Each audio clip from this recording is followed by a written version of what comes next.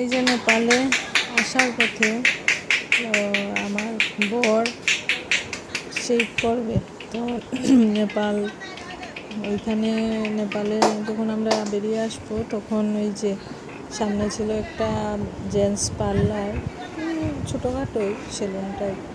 তো ওইখানে গিয়ে ম্যাসাজ করলে, শেভ করলে, একটু রিল্যাক্স বোধ হলো। তো ওই যে জায়গাটা ছিল ওখানে অনেক ক্লিন জায়গাটা ছিল, মানে ছোটও না, অনেক সুন্দর জায়গাটা।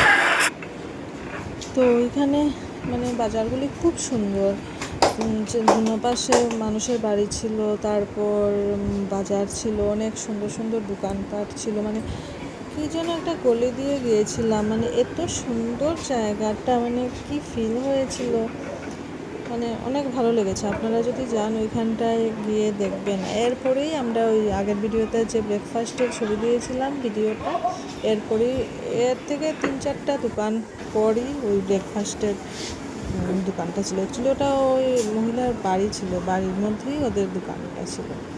খুব টেস্টি খেতে হয়েছিল, আর বরমশাই রিল্যাক্সও হয়ে গেছে।